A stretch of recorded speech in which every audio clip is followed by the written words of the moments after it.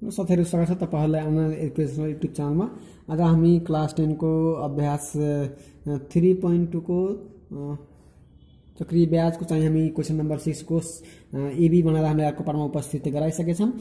त्यहाँबाट पनि गएर तपाईहरु हेर्न सक्नुहुन्छ र क्वेशन नम्बर सी देखि लिएर हामी यस पाठमा लिएर उपस्थित भएका छौं, जसमा क्वेशन नम्बर सी को मा रहेको छ वार्षिक चक्रीय ब्याज दरले कुनै रकमको 3 वर्ष र 4 वर्षको अन्तमा मिश्रधन क्रमशः यति र यति हुन्छ भने चक्रीय ब्याज दर र मूलधन पत्ता लगाउनुहोस् भनेर भनेको छ। क्वेशन नम्बर 6 को एबी हामीले जुन बनाएर पब्लिश गरिसकेका छौं त्यसबाट सेम त्यस्तै क्वेशन रहेको छ, त्यहाँबाट पनि गएर तपाईहरुले हेरेर यसलाई अध्ययन गर्न सक्नुहुन्छ भनेर भन्न चाहे।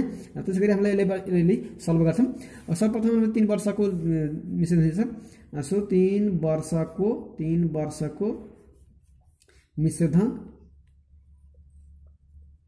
3 वर्षको मिश्रधन हामीलाई कति दिएको छ 79860, सो रु 79860। अब यसले हामीले यो अनुसार सूत्र हामीले के लेख्न सकिन्छ P1 plus R upon 100 को पावर T इक्वल टू रु 79860। सो यसले हामीले P1 plus R upon 100 को पावर 3 इक्वल टू 3 वर्षको हो भएको हुनाले हामीले यसले 79860 लेख्न सकिन्छ सजिलो तरिकाले। अब त्यसैगरी फेरि हामीले 4 वर्षको दिएको छ, सो 4 वर्षको मिश्रधन है मिश्रधन इक्वल टू रु 87,846 भनेर दिएको छ।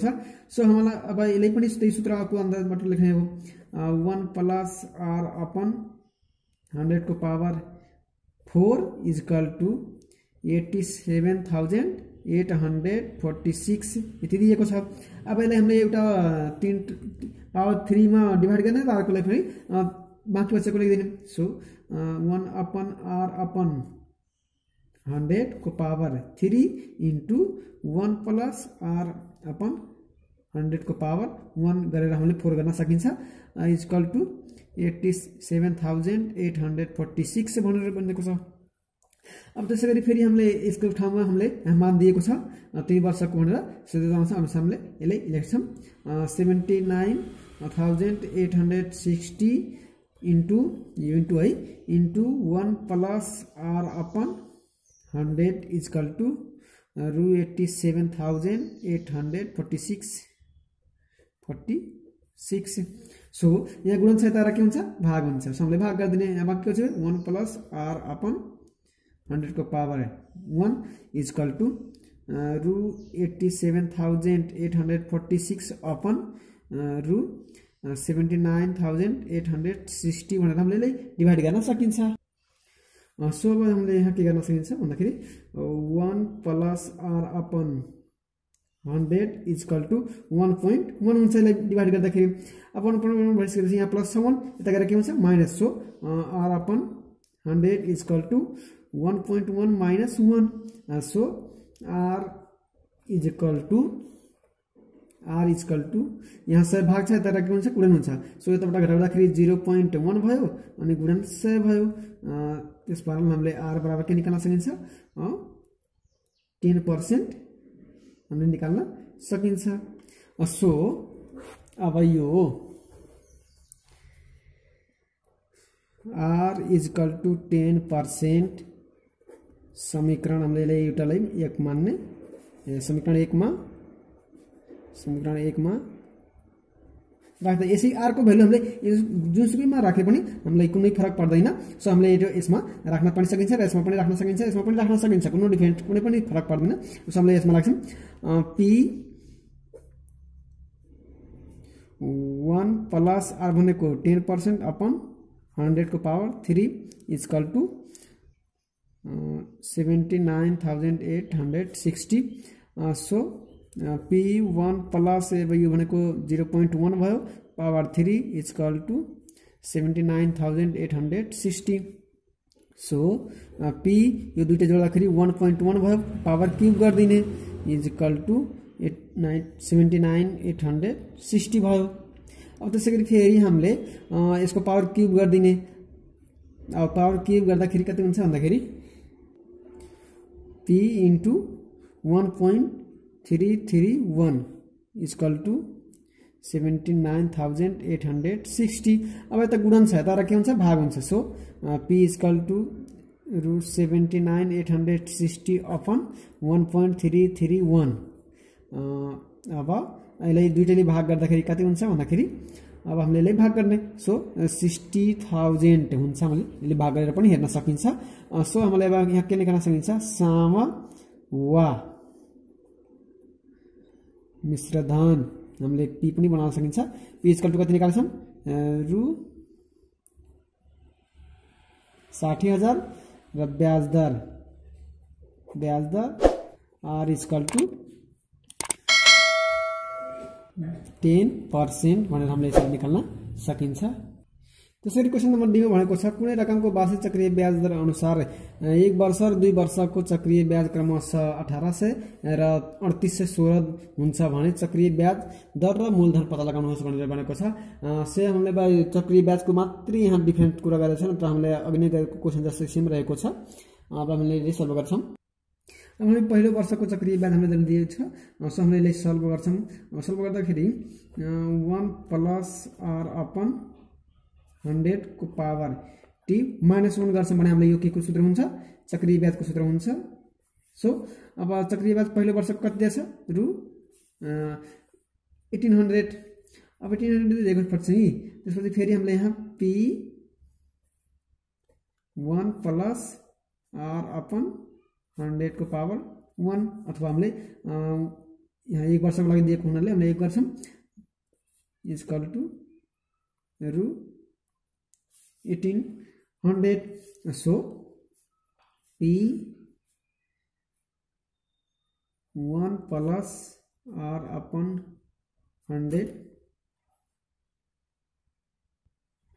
पावर 80 भएको हुनाले हामीले -1 गर्न सकिन्छ इक्वल टू 1800। सो यहाँ सरी -1 र +1 यो भनेर कट्छ, बाँकी के गर्छ PR अपन 100 इक्वल टू रु 1800।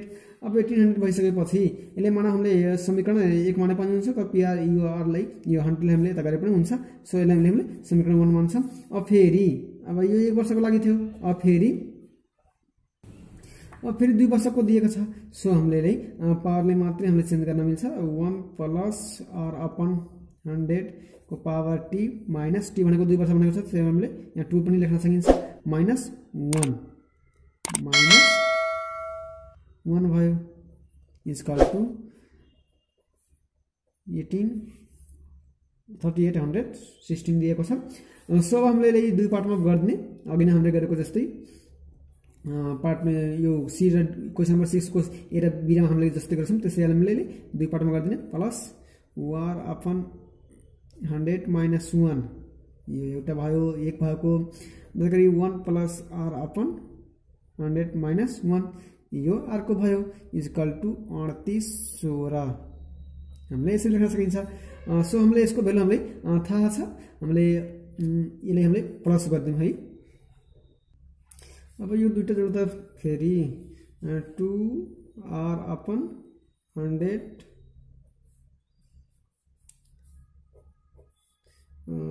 इन्टु 1 अपन r अपन 100 यो 1 घट्छ है, 1 घट्छ।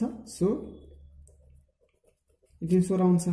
अब यति भइसकेपछि फेरि हामीले यहाँ के भन्छ 2pr त हामीले यसलाई मात्रै बाहिर निकालौं। यो pr यो 2 लाई भित्र राखौं। pr upon 100 into 2r 2 plus r है, 2 plus r upon 100 equal to 3816। अब यसको भ्यालु हामीले यहाँ दिएको छ क्वेशन नम्बर 1 मा, समीकरण 1 मा दिएको छ 1800। सो हामीले रु 1800 2 plus r upon 100 equal to रु 3816 भनेर दिएको छ। सो अब यो 18 यता इन्टुमा छ, यता के हुन्छ डिभाइडमा हुन्छ। So 2 plus r upon 100 equal to 3816 upon 1800 so 2 यता माइनस छ प्लस छ यता गरेर के हुन्छ माइनस हुन्छ सो r अपन 100 यता बच्यो यता डिभाइड गर्दाखेरि कति हुन्छ 2.12 हुन्छ अब यता 2 प्लस छ यता के हुन्छ माइनस 2 हुन्छ so r upon 100 equal to 0.12 यसबाट 2.12 बाट यो 2 घट्यो भने 0.12 बाट भाग छ यता के हुन्छ गुणन हुन्छ so r equal to 0.12 into 100 so r बराबर 12% हाम्रो के लेख्न सकिन्छ साव अब हामीले यो r को भ्यालु हामीले साव निकाल्नु पर्छ सो r बराबर हामीले r बराबर 12% समीकरण 1 मा राख्दा अब यसमा हामीले यो भ्यालुमा यसमा पुट गर्दिने r बराबर कति दिएछ 12% so 12 p upon 100 equal to 1800 यता सबै डिभाइडमा छ उता गरेर के हुन्छ मल्टिप्लाइमा हुन्छ so 12 into p equal to 1800 into 100 यता डिभाइडमा छ उता 100 हुन्छ सो यहाँ p छोड्दिने यता +2 यो 12 इन्टुमा छ यता गरेर के हुन्छ डिभाइड हुन्छ सो 18 इन्टु 100 अपन डिभाइड भनेको कति हो 12 सो यसलाई डिभाइड गर्दिने अब यति गइसकेपछि फेरि हामीले यहाँ p इक्वल टु यो दुईटैको गुणन गरेर यो 12 ले भाग गर्दिने गर्दाखेरि रु 15000 आउँछ so Sama p equal to रु 15000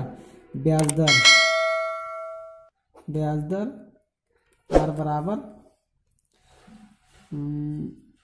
12% सो 12% गरेर हामीले यसरी आन्सर निकाल्न सकिन्छ भेरिफाई गर्न सकिन्छ